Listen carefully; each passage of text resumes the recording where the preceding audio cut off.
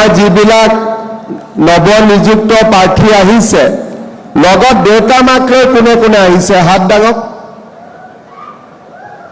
সবে আহিছে ঠিক আছে মই ফেসবুকত কৈছিলো যে দেউতা মাৰ এজন হলেও আহিব লাগিব দুইজনে কাৰ কাৰ আহিছে ঠিক আছে আৰু এজন কাৰ কাৰ আহিছে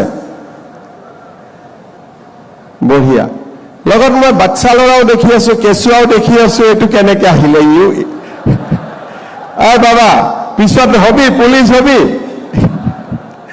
ইউ ডাঙৰ হলে পুলিচে হ'বগৈ পুলিচতো হ'ব পাৰিব আৰু ডাঙৰ বিষয়াও হ'ব পাৰিব আজি আমাৰ এই সুন্দৰ সভাত আমাৰ মাজত উপস্থিত অসম চৰকাৰৰ সন্মানীয় মন্ত্ৰী ৰূপেশ গোৱালা ডাঙৰীয়া সন্মানীয় বিধায়ক সিদ্ধাৰ্থ ভট্টাচাৰ্য ডাঙৰীয়া ৰমেন্দ্ৰ নাৰায়ণ কলিতা ডাঙৰীয়া অতুল বৰা ডাঙৰীয়া অসম চৰকাৰৰ মুখ্য সচিব ডক্টৰ ৰবি কোটা ডাঙৰীয়া অসম পুলিচৰ সঞ্চালক প্ৰধান হৰমিত সিং ডাঙৰীয়া গৃহ আৰু ৰাজনৈতিক বিভাগৰ আয়ুক্ত সচিব বিশ্বজিৎ পেগু ডাঙৰীয়া অসমৰ বিভিন্ন প্ৰান্তৰ পৰা নিযুক্তি পত্ৰ সংগ্ৰহ কৰিবলৈ অহা মোৰ অতিকে মৰমৰ যুৱক যুৱতী বন্ধু বান্ধৱীসকল আৰু তেখেতসকলৰ পিতৃ মাতৃ আৰু অভিভাৱকসকল আজি দিনটো আমাৰ সকলোৰে বাবে এটা আনন্দৰ দিন মই যোৱা এটা মাহত যতে মিটিঙলৈকে গৈছো মোক লৰাবিলাকে সোধে যে মামা এপইণ্টমেণ্ট লেটাৰ কেতিয়া দিব আৰু মই কৈ আছিলো যে নহয় আমি ডিসেম্বৰৰ ভিতৰতে দিন নৱেম্বৰত দিম আজি আমাৰ এই দিনটো আহি পৰিলে মই সকলো যুৱক যুৱতীক আজি ইয়াত নিৰ্বাচিত সকলো যুৱক যুৱতীক মই আন্তৰিক অভিনন্দন আৰু শুভেচ্ছা জনাইছো আমি এই পৰ্যায়ত আহিবৰ কাৰণে বহু কষ্ট কৰিছো ৰাতিপুৱা উঠিছো দৌৰিছো কষ্ট কৰিছো কিমান দিনৰ পৰা দৌৰা প্ৰেক্টিছ কৰি আছিলো 3 বছৰ কোনে কোনে প্ৰেক্টিছ কৰি আছিলে বাপৰে আৰু 2 বছৰ ঠিক আছে আৰু অকল 1 বছৰ প্ৰেক্টিছ কৰি কোনে কোনে পালে হাত দাঙকচোন তাৰমানে 3 বছৰ সবে কষ্ট কৰিছে হয় নে নহয় আজি 3 বছৰৰ পিছত অলপ সময় পিছতে আমি এপইণ্টমেণ্ট লেটাৰ পাম মনটো কেনেকুৱা লাগি আছে কাৰ সবচে ভাল লাগি আছে মনটো সবৰে আজি আমাৰ কাৰণে সঁচাকৈ এটা আনন্দৰ দিন আজি আমি 156 গৰাকী প্ৰাৰ্থীক পুলিচত উপ পৰিদৰ্শক হিচাপে নিযুক্তি দিম আৰু 5410 গৰাকী প্ৰাৰ্থীক আমি কনিষ্টবলৰ চাকৰিত আমি নিযুক্তি দিম ইয়াতে ইউবি 1571 আৰু এবি 2171 অৰ্থাৎ দুইটা লগ লাগিলে আমাৰ 5410 গৰাকী আৰু ইয়াৰ লগতে 252 গৰাকী প্ৰাৰ্থী আমাৰ গৃহ বিভাগৰ বিভিন্ন পদত চতুৰ্থ বৰ্গৰ পদত আমি নিযুক্তি অলপ সময় পিছতে দিবৰ বাবে সক্ষম হম অসম পুলিচত চাকৰি আৰু ইয়াৰ নিযুক্তি প্ৰক্ৰিয়া এটা সময় আছিল যেতিয়া পুলিচত চাকৰি এটা পাম বুলি কাৰোবাৰ লগত চিনাকি হ'ব লাগিব নহ'লে টকা পইচা আমি যোগাৰ কৰিব লাগিব। আজি আমি টকা পইচাও দিব নালাগে, কাৰো লগত চিনাকিও হ'ব নালাগে, মাত্ৰ আমি কষ্ট আৰু পৰিশ্ৰম কৰিব লাগে। আজি এই 5,000 ল'ৰা ছোৱালী আমাৰ মাজত উপস্থিত আছে।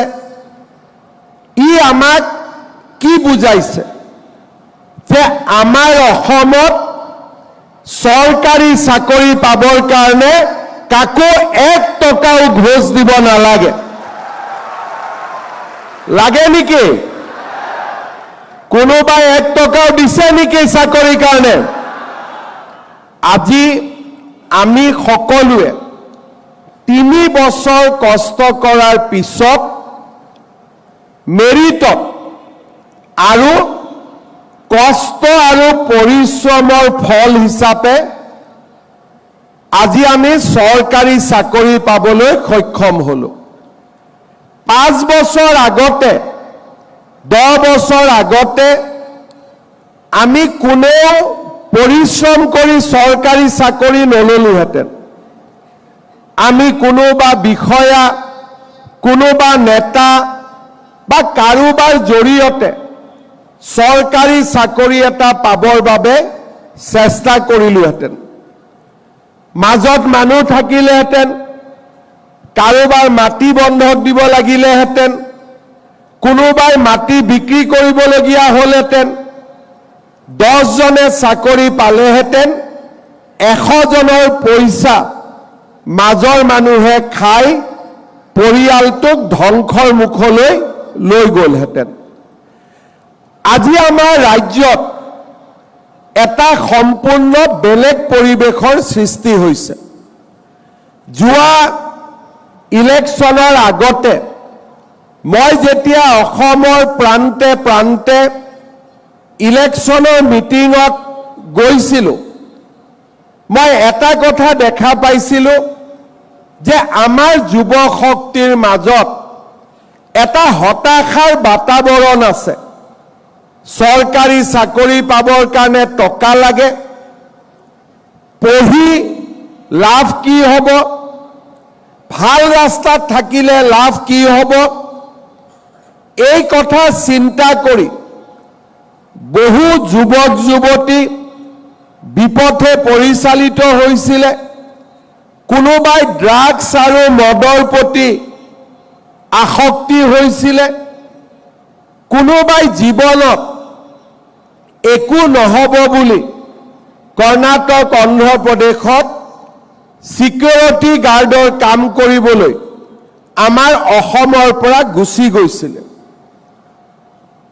মই লক্ষ্য কৰিছিলোঁ যে আমাৰ যুৱক যুৱতীৰ মাজত থকা হতাশাৰ বাতাবৰণ যদি আমি আঁতৰাব নোৱাৰোঁ, আমাৰ ৰাজ্যখনে এটা গভীৰ হতাশাৰ বাতাবৰণলৈ আগবাঢ়ি গৈ থাকিব। ইয়াৰ মাজতে হতাশগ্ৰস্ত হৈ কিছু ল'ৰা ছোৱালীয়ে আলফাটো যোগদান কৰিছিলে। বিভিন্ন সংগঠন আৰু সামাজিকভাৱে আমি সমাজে ভাল নোপোৱা কামবিলাকৰ লগতো জড়িত হৈ পৰিছিলে। ইলেকশ্যনৰ সময়ত মই মোৰ কোনো সতীৰ্থৰ লগত আলোচনা নকৰাকৈ এইবিলাক দেখি মই ঘোষণা কৰিছিলোঁ যে আমাৰ চৰকাৰ আহিলে আমি 1 লাখ চৰকাৰী চাকৰি দিম, 2 লাখ ল'ৰা ছোৱালীক আত্মসংস্থাপনৰ সুবিধা দিম। যেতিয়া 1 লাখ চৰকাৰী চাকৰিৰ কথা মই কৈছিলোঁ, আমাৰ অসমত বিৰোধী পক্ষৰ পৰা আৰম্ভ কৰি সাংবাদিকৰ পৰা আৰম্ভ কৰি আমাৰ দলৰ ভিতৰতো আলোচনা হৈছিল যে এইবাৰ হিমন্ত বিশ্ব শৰ্মা ফচি যাব। কাৰণ 1 লাখ চাকৰি ক'ৰ পৰা দিব, 1 লাখ চাকৰি কেনেকৈ দিব? আৰু যদি 1 লাখ নহয় 20,000 চাকৰিও যদি দিব খোজে, চাৰিওফালে দুৰ্নীতি হ'ব, টকা পইচাৰ বজাৰ হ'ব, আৰু চৰকাৰখন ৰাইজৰ মাজত অপ্ৰিয় হৈ পৰিব। চৰকাৰ গঠন হ'ল, অসমৰ মুখ্যমন্ত্ৰীৰ মই দায়িত্ব ল'লোঁ। প্ৰথম দিনাখনেই আমি কেবিনেটত আলোচনা কৰিলোঁ যে আমি 1 লাখ চৰকাৰী চাকৰি দিব লাগিব। তেতিয়া ৰাজ্যৰ মুখ্য সচিব আৰু আন সকলোৱে মোক ক'লে যে ছাৰ 1 লাখ পোষ্ট আমাৰ মাজত নাই, আমি 1 লাখ দৰমহা কেনেকৈ দিম? আৰু 1 লাখ ল'ৰা ছোৱালী যদি আমি চাকৰি সৃষ্টি কৰোঁ, তেতিয়াহ'লে আন উন্নয়নমূলক কাম কৰিবৰ কাৰণে আমাৰ হাতত কোনো টকা পইচা নাথাকিব। মই কৈছিলোঁ যে আমি চেষ্টা কৰোঁ, আমি আগুৱাই যাওঁ, লাহে লাহে আমি আগুৱাই গৈ থাকোঁ, আৰু আমি যিমান দূৰলৈকে যাব পাৰোঁ আমি যাবৰ বাবে আমি চেষ্টা কৰিম। মই তেওঁলোকক কৈছিলোঁ যে পুলিচত ভেকেন্সি থাকিব নালাগে, পুলিচক আমি 0 ভেকেন্সি, তাৰমানে প্ৰত্যেক বছৰত যিমান পদ খালী হ'ব সেই বছৰতে আমি নিযুক্তিৰ ব্যৱস্থা কৰিব লাগিব। এডুকেশ্যন ডিপাৰ্টমেণ্টত ভেকেন্সি থাকিব নালাগিব, হেল্থ ডিপাৰ্টমেণ্টত ভেকেন্সি থাকিব নালাগিব। আৰু মই পুলিচক কৈছিলোঁ যে নতুনকৈ 4টা কামাণ্ডো বেটেলিয়ন কৰক, এটা ফৰেষ্ট বেটেলিয়ন কৰক, কাৰণ অসমত আৰক্ষীৰ প্ৰয়োজন আছে। CRP BSF আনি আমি অসমত আইন শৃংখলা ৰক্ষা কৰাতকৈ আমাৰ নিজৰ ল'ৰা ছোৱালীক আমি পুলিচত লৈ যাম, আৰু তেওঁলোকৰ জৰিয়তে আমি আইন শৃংখলা ৰক্ষা কৰিম। লগতে মই তেতিয়া DGPক কৈছিলোঁ যে যদি এবাৰ আমি নিকা নিযুক্তি দিব পাৰোঁ, ল'ৰা ছোৱালীবিলাকে দৌৰিব আৰম্ভ কৰিব, পৰিশ্ৰম আৰম্ভ কৰিব, আৰু অসম পুলিচৰ লগে লগে আমাৰ ল'ৰা ছোৱালীয়ে CRP BSF সেনা বাহিনী অগ্নিবীৰৰ বাবেও নিজক সাজু কৰিব। আজি আমাৰ ৰাজ্যৰ চাৰিওফালে আমি দেখা পাওঁ যে আমাৰ যুৱক যুৱতীসকলে পৰিশ্ৰম কৰিছে, কোনোবাই অসম পুলিচত গৈছে, কোনোবাই CRPত গৈছে, কোনোবাই CISFত গৈছে, আৰু লাহে লাহে সেনা বাহিনীটো আমাৰ জোৱানৰ সংখ্যা বৃদ্ধি হৈছে। বিধানসভাত আমাৰ বিৰোধীসকলে মোক উপলুঙা কৰিছিলে যে 1 লাখ চাকৰি হ'লে নাম ঠিকনাবোৰ আপুনি আমাক দিব।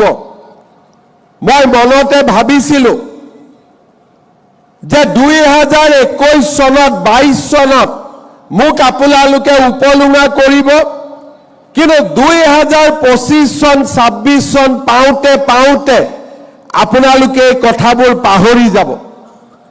আজি মই গৌৰৱেৰে সৈতে ক'ব খোজো যে আমি 1 লাখ চাকৰি দিম বুলি কৈছিলোঁ, এতিয়ালৈকে আমি 1,35,000 ল'ৰা ছোৱালীক আমি চাকৰি দিলোঁ। আৰু আজি এই 5,000 চাকৰি যোগ হৈ যোৱাৰ লগে লগে চাকৰি 1,40,000 পাৰ হ'বগৈ। আৰু আজি আমি গৌৰৱেৰে সৈতে ক'ব পাৰোঁ যে ভাৰতৰ ভিতৰত অসম এনেকুৱা এখন ৰাজ্য য'ত চাকৰি পাবলৈ 1 টকাও কাকো ঘোষ দিব নালাগে, তামোল পাণ এখনো খুৱাব নালাগে। মাত্ৰ পৰিশ্ৰম আৰু কষ্টৰ মাজেৰে আজি আমি চৰকাৰী চাকৰি পাব পাৰোঁ। আৰক্ষীৰ পৰা মেজিষ্ট্ৰেটলৈ, আৰক্ষীৰ পৰা শিক্ষকলৈ, আৰক্ষীৰ পৰা কৃষি বিষয়া ডক্তৰলৈ চৰকাৰী চাকৰিৰ নামত আমি এটকাও কাকো ঘোষ দিব নালাগে। আজি আমি চাকৰি পাইছোঁ, আজি আমি চাকৰি পোৱা যুৱকসকল, যুৱতীসকল আমাক দেখা পায় আৰু আন 10 জনে পৰিশ্ৰম কৰিবলৈ শিকিব। কেইটামান দিন আগত মই ক্ষেত্ৰীলৈ গৈছিলোঁ, ইয়াত আছে 2জন ল'ৰাই পুলিচত চাকৰি পাইছে আৰু 15 জনক দৌৰোৱা প্ৰেক্টিছ কৰাই আছে যে অহাবাৰ বাকীসকলেও পাব লাগিব। তাৰ মানে আমাৰ গাঁৱৰ সফল প্ৰাৰ্থীসকলে আজি 10 জন ল'ৰাক অনুপ্ৰাণিত কৰিব পাৰে। আপোনালোক আজি এজন এজন আদৰ্শ যুৱক যুৱতীলৈ ৰূপান্তৰ হৈছে। কাৰণ যোৱা 3 বছৰত আপোনালোকৰ কোনেও মদ খাম তাক চিন্তা কৰা নাই, কোনেও বেয়া ৰাস্তাত যাম তাক চিন্তা কৰা নাই। ৰাতিপুৱা 4টা বজাতে টোপনিৰ পৰা উঠি মাত্ৰ ফিল্ডত দৌৰি আছে, দৌৰি আছে, দৌৰি আছে যে আমি পুলিচত চাকৰি এটা পাব লাগিব। আমাৰ গাঁৱৰ পৰিৱেশবিলাক ভাল হৈছে। এতিয়া গাঁৱত গ'লে মোক ল'ৰা ছোৱালীয়ে কয়, গুৱাহাটীৰ পৰা আমি অনুভৱ কৰিব নোৱাৰোঁ গাঁৱৰ সমাজত অহা পৰিৱৰ্তন। মোক ল'ৰা ছোৱালীয়ে কয়, মামা ষ্টেডিয়াম লাগে। মই সুধো, তই বাবা খেলিবি নেকি? বোলে নহয় মামা, পুলিচৰ কাৰণে দৌৰিব আমাক ষ্টেডিয়াম লাগে। আজি গাঁৱত আমাৰ বিশ্বাস এটা নতুন পৰম্পৰালৈ পৰিণত হৈছে। অসমত এতিয়া কোনেও ভাবিব নোৱাৰে যে চাকৰিৰ কাৰণে মামা থাকালৈকে কোনোবাই 1 টকা ল'ব আশা কৰিব। আজি এই পৰিৱৰ্তিত পৰিৱেশত আমি এখন নতুন অসমৰ সপোন দেখোঁ। মই ৰাজ্যৰ মুখ্য সচিব আৰু সঞ্চালক প্ৰধান ডাঙৰীয়া ইয়াত উপস্থিত আছে। এতিয়াও আমি দেখা 2-এটা সমস্যাৰ কথা মই অৱগত কৰিব খোজো। আমি যেতিয়া বিনামূলীয়া পৰিশ্ৰম কষ্টৰ মাজেৰে ল'ৰা ছোৱালীবিলাকক চৰকাৰী চাকৰিত পঠাই দিওঁ, ট্ৰেজাৰীলৈকে গৈ NPSৰ নম্বৰটো ল'বৰ কাৰণে তেওঁলোকে ঘোষ দিব লাগে। 200, 250, 300, 400 টকা ঘোষ দিব লাগে। প্ৰথম দৰমহাটো ল'বৰ কাৰণে তেওঁলোকে কাৰোবাক 2 টকা ঘোষ দিব লাগে। মই আমাৰ প্ৰত্যেকজন ল'ৰা ছোৱালীক অনুৰোধ কৰিম, আমি 1 টকা দি চাকৰি পোৱা নাই আৰু আগলৈও কাকো 1 টকাও আমি ঘোষ নিদিওঁ।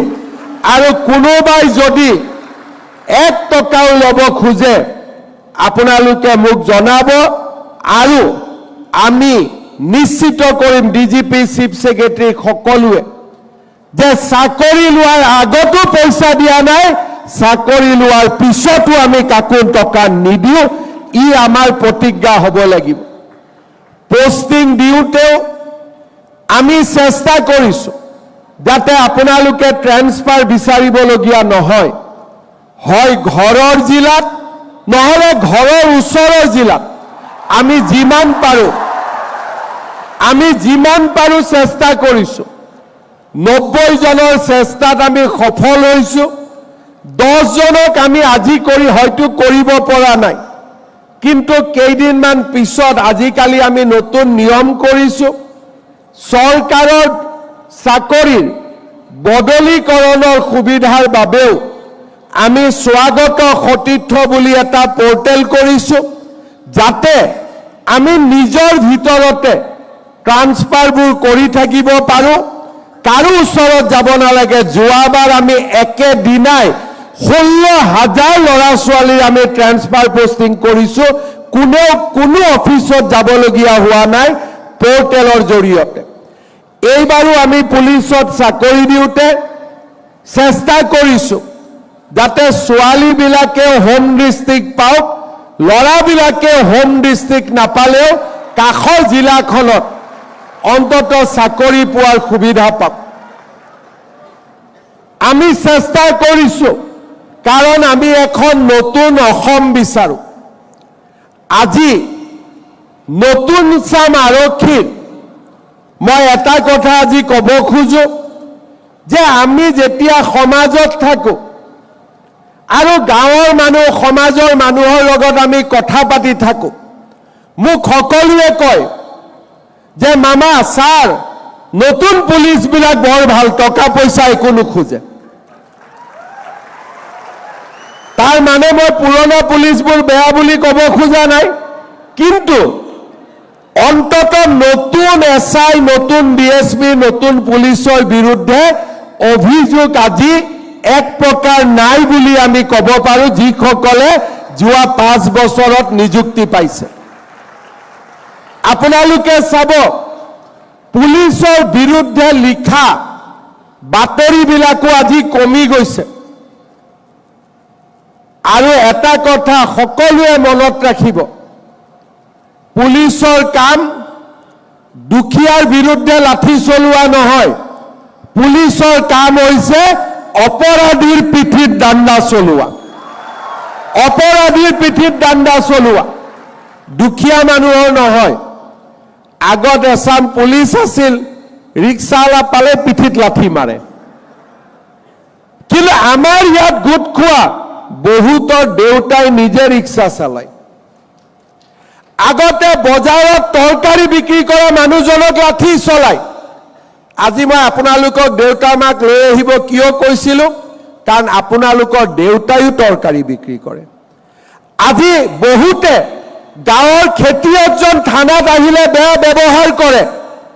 আজি মই আপোনালোকৰ দেউতা মাক কিয় লৈ আহিব কৈছিলোঁ, কাৰণ আপোনালোকৰ দেউতা মায়ো খেতি কৰে। আৰু বহুতে ঘৰৰ কাষৰ চব্জি দোকানখনত গৈ 10 টকা, 20 টকা, 100 টকা খোজে, আৰু দেউতাই ঘৰত গৈ কেনেকে দুখ কৰে তাক আপোনালোকে নিজে বুজে। আজি আপোনালোকৰ দেউতাজন ইয়াত সাক্ষী হৈ আছে। আমি কাৰ ঔৰসত জন্মিছোঁ? দুখীয়া, দৰিদ্ৰ, মধ্যবিত্ত পৰিয়ালত। আজি অসমত মন্ত্ৰী এমএলএৰ খুলখালিয়াকে চাকৰি নাপায়। আজি আমাৰ অসমত মন্ত্ৰী এমএলএ ল'ৰা ছোৱালীয়ে চাকৰি নাপায়। আজি আমাৰ অসমত ৰিক্সা চালকৰ ল'ৰা, তৰকাৰী বেপাৰীৰ ল'ৰা, ঠেলা চালকৰ ল'ৰা, কৃষকৰ ল'ৰাই আজি চৰকাৰী চাকৰি পায়। আমাৰ দায়িত্ব, যিখন সমাজৰ পৰা আহিছোঁ, যিখন সমাজৰ লগত দৰিদ্ৰতাৰ সৈতে যুঁজি 3 বছৰ কষ্ট কৰি আমি আজি পুলিচ হ'ব পাৰিছোঁ, আমি যেন সদায় মনত সেইসকল দৰিদ্ৰ মধ্যবিত্ত লোকৰ প্ৰতি সন্মান ৰাখোঁ। কাৰণ তেওঁলোকৰ চকুত আমি আমাৰ দেউতাক দেখা পাব লাগিব, তেওঁলোকৰ চকুত আমি আমাৰ মাক দেখা পাব লাগিব। আৰু সেইকাৰণেই আজি আমাৰ অসমত পৰিৱৰ্তন হৈছে। 10%, 20%, কৰবাত যদি বেলেগ ৰাস্তাত গৈছে, আমি তেওঁলোকক কেনেকৈ ঘূৰাই আনিম তাৰো আমি চিন্তা কৰি থাকোঁ। মাজে মাজে আপোনালোকে দেখে যে আমাৰ অফিচাৰবিলাক 2-এজনৰ ঘৰত পুলিচ যায় 1 কোটি 2 কোটি টকা ধৰিও লৈ আহে, আৰু 2-এজনে টকা লওঁতে ধৰোঁতে তেওঁলোক গ্ৰেপ্তাৰো হয়। আজিকালি সেইকাৰণে টকা নগদ নলয়, গুগল পে'ত লৈ লয়। কিন্তু তেওঁলোকে বুজি নাপায় যে গুগল পে'ত ল'লে বেছি প্ৰমাণ হৈ থাকে, টকাটোতো নিজৰ একাউণ্টতে যায়। আৰু গুগল পে'ত টকা ল'লে অফিচাৰসকলৰ কাৰণে বেছি সহজ, কাৰ একাউণ্টত কিমান টকা গ'ল। আজিকালি এনেকুৱাও দুই এজন আছে যোনে নিজৰ ড্ৰাইভাৰৰ একাউণ্টত টকা লয়, নিজৰ লগত থকা এজন দুজনৰ একাউণ্টত টকা লয়। কিন্তু আমি এটা কথা জানো যে যেনেকে যি নকৰক কিয় আমি সেইসকল ব্যক্তিৰ ঘৰত এদিন নহয় এদিন আমি উপস্থিত হমেই, কাৰণ আমি অসমত এই ধৰণৰ টকা পইচাৰ খেলা আমি শেষ কৰিব খুজিছোঁ।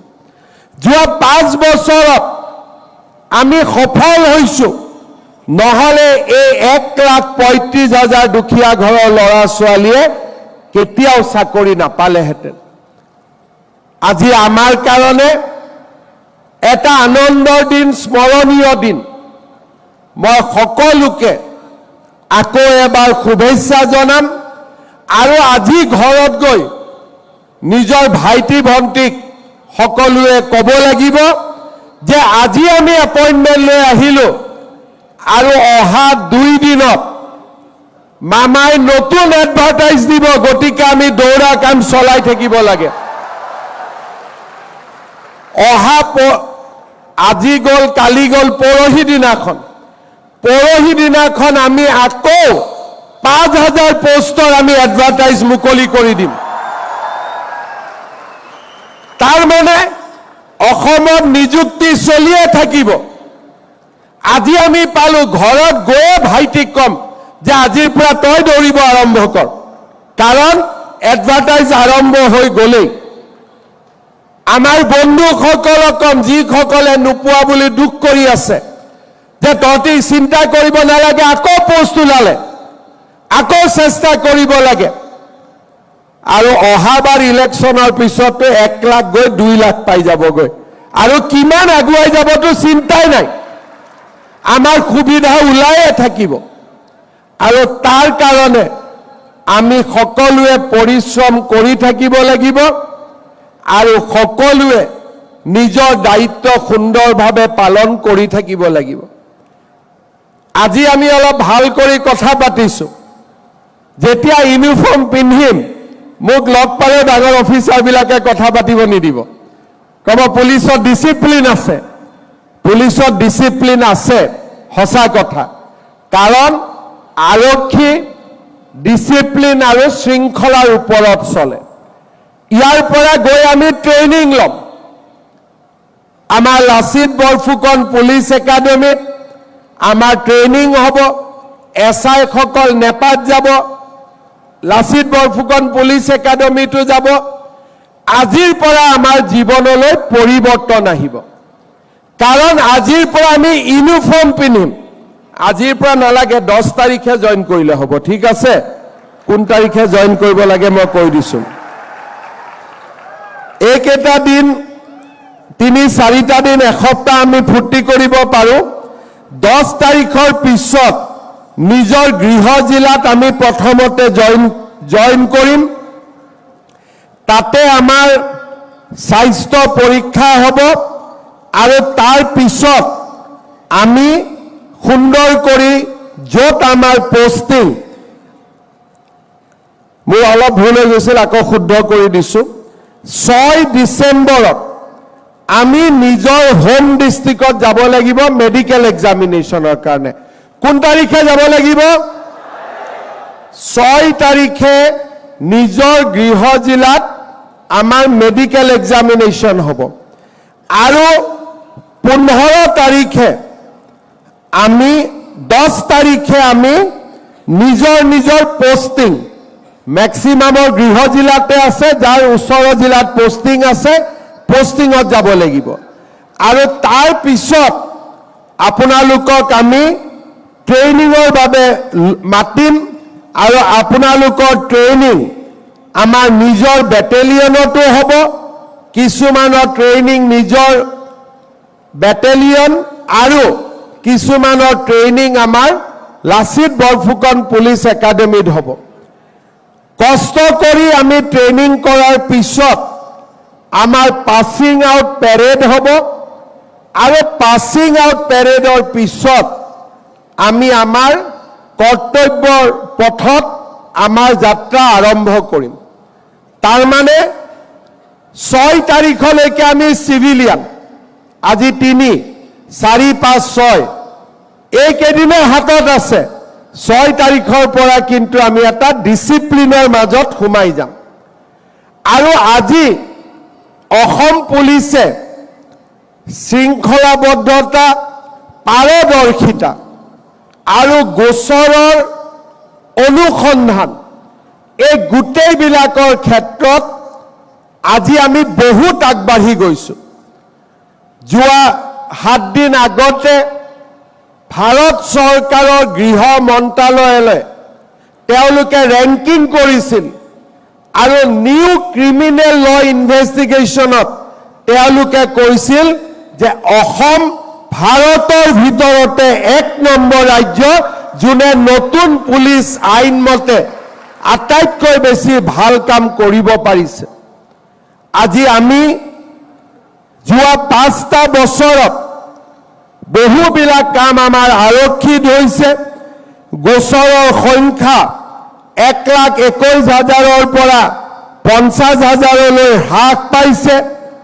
নিষ্পত্তি নোহোৱা গোচৰ 1,33,000-ৰ পৰা 14,000 কমিছে। চাৰ্জশ্বিট 67%লৈকে গৈ পাইছে আৰু মহিলাৰ বিৰুদ্ধে গোচৰ 26,000-ৰ পৰা মহিলাৰ বিৰুদ্ধে সংগঠিত অপৰাধৰ গোচৰ 26,352টাৰ পৰা 5,555টালৈ হ্ৰাস পাইছে। আৰক্ষীৰ নিয়মীয়া নিযুক্তি ইয়াৰ এটা ডাঙৰ কাৰণ আজি আমাৰ আৰক্ষীত পৰ্যাপ্ত পৰিমাণৰ SI আছে, UB আছে আৰু আমাৰ আইন শৃংখলাৰ সৈতে যুঁজিবলৈ AB কনষ্টেবল বিষয়া আজি আমাৰ সকলো আছে। আজি আমি অসমত আইন শৃংখলাৰ দৃষ্টিৰে বহু দূৰ আজি আমি আগুৱাই যাব পাৰিছোঁ। ৰাজ্যখনত শান্তিৰ এটা পৰিৱেশ আজি আমি নিৰ্মাণ কৰিব পাৰিছোঁ। আপোনালোকৰ উপস্থিতি আৰু আপোনালোকৰ যোগদানে আমাৰ অসম আৰক্ষীক আৰু অধিক শক্তিশালী কৰিব। মই আপোনালোকক আনুষ্ঠানিকভাৱে অসম আৰক্ষীলৈ স্বাগতম জনাইছোঁ, আপোনালোকক অসম আৰক্ষীলৈ আদৰণি জনাইছোঁ। আজি আমি চাহ জনজাতিৰ 3% আৰক্ষণক নিৰ্বাচিত জোৱানসকলক এপইণ্টমেণ্ট লেটাৰৰ বাবে মতা নাই। 8 তাৰিখে তেওঁলোকক আমি সুকীয়াকৈ এপইণ্টমেণ্ট লেটাৰ দিম আৰু 10 তাৰিখে আপোনালোকৰ লগতে তেওঁলোকে একেলগে যোগদান কৰিব। যিসকলে আজি ইয়াতে আহিছে, কোনোবাই যদি তেওঁলোকৰ হয়তো এপইণ্টমেণ্ট লেটাৰখন নোলাব, তেওঁলোকে 8 তাৰিখলৈকে অপেক্ষা কৰিব। এতিয়া মই 2টা অনুৰোধ কৰিম। কোনোবা ল'ৰা ছোৱালীৰ ঘৰত যদি আমি অৰুণোদয় পাই আছিলোঁ, আমি নিজে নিজে অৰুণোদয়ৰ পৰা আঁতৰি আহিম, হ'ব? ঘৰত যিহেতু চাকৰি হৈছে, এতিয়া আমাক আৰু অৰুণোদয় নালাগে, হ'বনে নহ'ব? কোনে কোনে পাই আছিল অৰুণোদয়? কাৰ কাৰ ঘৰত আছিলে অৰুণোদয়? ঠিক আছে। চৰকাৰী কৰ্মচাৰীৰ ঘৰত অৰুণোদয় নাথাকে, সেইকাৰণে আপোনালোকে অৰুণোদয় লোৱাৰ পৰা আপোনালোক নিজে নিজে বিৰত থাকিব। দ্বিতীয়তে, আজিৰ পৰা আমাৰ এটা নতুন কৰ্মযাত্ৰা আৰম্ভ হ'ব। পুলিচ মানে চেলেঞ্জৰ কাম। পুলিচে মাজে মাজে বিপদৰ লগতো মুখামুখি হয়। চাকৰি পোৱাৰ আগতে, যোগদান কৰাৰ আগতে ঘৰৰ নামঘৰ মন্দিৰত আপোনালোকে সেৱা কৰি আহিব, যাতে ভগৱানে আপোনালোকক গোটেই জীৱনজোৰা আশীৰ্বাদ দি থাকে। যাৰ যাৰ নামঘৰ, যাৰ যাৰ মন্দিৰ, সকলোতে চাকি এগছ আৰু কিবা এটা আগবঢ়াই আপোনালোকে প্ৰাৰ্থনা কৰি আহিব, যাতে আমি সদায় নিৰাপদে থাকি, সুৰক্ষিত থাকি অসমৰ ৰাইজক ৰক্ষা কৰিব পাৰোঁ, অসমত আইন শৃংখলা আমি ৰক্ষা কৰিব পাৰোঁ।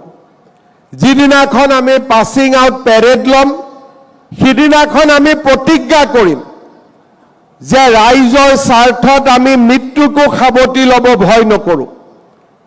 কিন্তু মৃত্যু আমি নিবিচাৰোঁ। নমৰাকৈ যদি শত্ৰুক মাৰিব পাৰোঁ সেইটো আটাইতকৈ বেছি ভাল, আৰু তাৰ বাবে আমাক নেদেখাজনৰ আশীৰ্বাদ লাগে।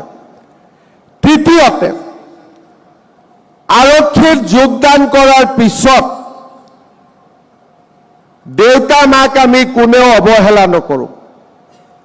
চাকৰি পোৱাৰ পিছত দেউতা মাক আমি কোনেও অৱহেলা নকৰোঁ। কাৰণ আজি আমি যি স্থানত থিয় হৈছোঁ, অলপ পিছতে আমি নিযুক্তি পাম।